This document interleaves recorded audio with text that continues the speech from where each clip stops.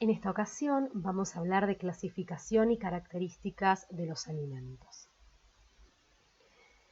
En la definición de alimento podemos decir que es una sustancia o mezcla de sustancias que van a aportar al organismo los materiales y la energía necesarias. Pero estos alimentos también poseen cualidades sensoriales, psicológicas y fisiológicas, que pueden ser también estos alimentos industriales, naturales o caseros. Según su origen, podemos decir que hay alimentos de origen vegetal o animal. Según su composición, como ya vimos, tenemos los micro y macronutrientes. Según su función, específicas y no específicas. Y según su estado natural o industrializado. Según sus nutrientes, agrupados de acuerdo a la cantidad o contenido de algún nutriente específico que puedan tener. Hay factores que influyen en el valor nutritivo de los alimentos. Entre ellos tenemos, por un lado, la composición química, en la cual influyen la variedad, la naturaleza del suelo, las condiciones de almacenamiento y conservación y la forma de preparación. Ya como vimos anteriormente, por ejemplo, los vegetales que van a aportar vitaminas hidrosolubles, muchas de esas vitaminas se van a perder en la cocción si yo al alimento lo cocino hervido. Tenemos también lo que es la digestibilidad, que va a depender de la estructura química, es decir, cómo está conformado ese alimento, pero también del contenido de fibra. El proceso de alimentación consta de 3 pasos. Primero, el origen del alimento y la producción.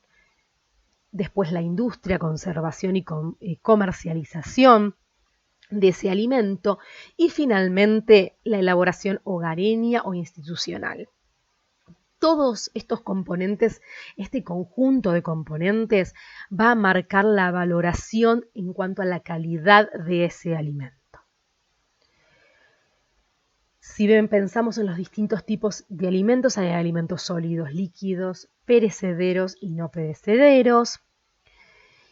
Y como producto alimentario, ya tenemos que pensar en que ese alimento tuvo una manipulación industrial, donde se modificaron las características físicas y químicas originales de ese alimento. Se pueden, por ejemplo, modificar características organolépticas como el sabor, el aroma, la consistencia y la textura. Dentro de los alimentos tenemos los protectores, que son aquellos alimentos que, si se administran en cierta cantidad, evitan ciertas deficiencias en la alimentación y ciertas enfermedades por carencias. Por ejemplo, los lácteos aportan proteína, calcio, fósforo, vitamina A, D y vitamina B2. Los huevos van a aportar proteínas, hierro, vitamina A, vitamina B1, vitamina 2. Las carnes, proteínas, hierro, vitaminas del complejo B. Las legumbres, proteínas, hierros, vitaminas y minerales, principalmente el magnesio. Las hortalizas, vitaminas, minerales y fitoquímicos. Las frutas también, vitaminas, minerales y fitoquímicos. En cuanto a lo que son cereales integrales, vitaminas del complejo B y hierro. Y los aceites aportan vitamina E y ácidos grasos esenciales. También tenemos dentro de los tipos de alimentos los alimentos fuentes, ¿sí? El alimento fuente es aquel que presenta una mayor cantidad de un principio nutritivo. Pero no alcanza solo que el alimento tenga mucho de ese nutriente, sino también tiene que ser de consumo habitual por la persona. Si yo, por ejemplo, digo que las carnes son fuentes de vitamina B12, pero mi paciente es vegetariano y no consume carnes, entonces yo no puedo decir que para ese paciente la carne es un alimento fuente de vitamina B12, ¿sí? ¿Por qué? Porque tenemos que respetar los gustos y las costumbres de las personas. También tienen que ser de fácil adquisición, es decir, tienen que estar a disponibilidad de la población. Y por último, también ese nutriente tiene que estar biodisponible, es decir, que el cuerpo tiene que poder digerirlo, absorberlo y metabolizarlo correctamente. Tenemos también lo que llamamos alimentos enriquecidos y fortificados. El Código Alimentario Argentino considera que un alimento enriquecido es aquel al que se le adicionan nutrientes esenciales con el objetivo de resolver una carencia en una población. Por ejemplo, quiero resolver una carencia de yodo con la sal iodada. Y tiene que tener un alcance legal y son obligatorias, ¿sí? Es decir, decir que un alimento es enriquecido es porque el productor está obligado a colocarle esa fortificación. Por otro lado, el alimento fortificado es también al que se le van a adicionar nutrientes, pero no de forma obligatoria, ¿sí? Sino que es opcional, o porque el productor simplemente decidió fortificarlo para atraer, por ejemplo, al consumidor. Tanto en los alimentos enriquecidos como fortificados tenemos que tener en cuenta nuevamente la biodisponibilidad, es decir, que el nutriente pueda digerirse, absorberse y metabolizarse correctamente, la toxicidad, o sea, no poner grandes cantidades para no generar un daño en la población, también que no se modifique la característica organoléptica del alimento y fundamentalmente el costo, ¿sí? Que el hecho de yo fortificar o enriquecer un alimento, si hago que ese alimento cueste 3 o 4 veces más caro, hago que no esté disponible para la población más vulnerable. Entonces esa fortificación no va a servir.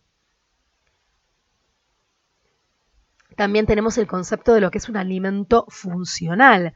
Es un alimento que contiene un componente, ya sea un nutriente o no, que puede afectar una o varias de las funciones del organismo de manera positiva. Y esto promueve un efecto fisiológico benéfico que va más allá del valor nutritivo tradicional que el nutriente aportaría. Este efecto positivo va a contribuir a mantener y mejorar el estado de salud, pero también tiene que reducir el riesgo de enfermedad para que yo pueda considerar ese alimento como funcional. Dentro de los alimentos funcionales puede ser un alimento natural o modificado tecnológicamente, como vimos anteriormente, puede ser enriquecido o fortificado. Los alimentos funcionales logrados por la industria son, por ejemplo, con aporte de probióticos y prebióticos, con omega 3, omega 9, fitoesteroles, extra calcio y 0% grasa. Y dentro de los alimentos funcionales naturales tenemos las frutas y hortalizas que son ricas en diversos fitoquímicos.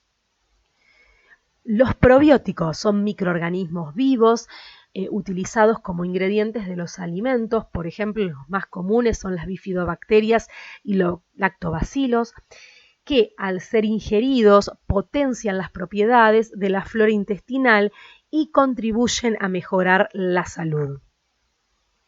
En cuanto a los prebióticos, son ingredientes alimentarios como carbohidratos no digeribles que estimulan selectivamente el crecimiento de las bacterias benéficas de la microflora intestinal.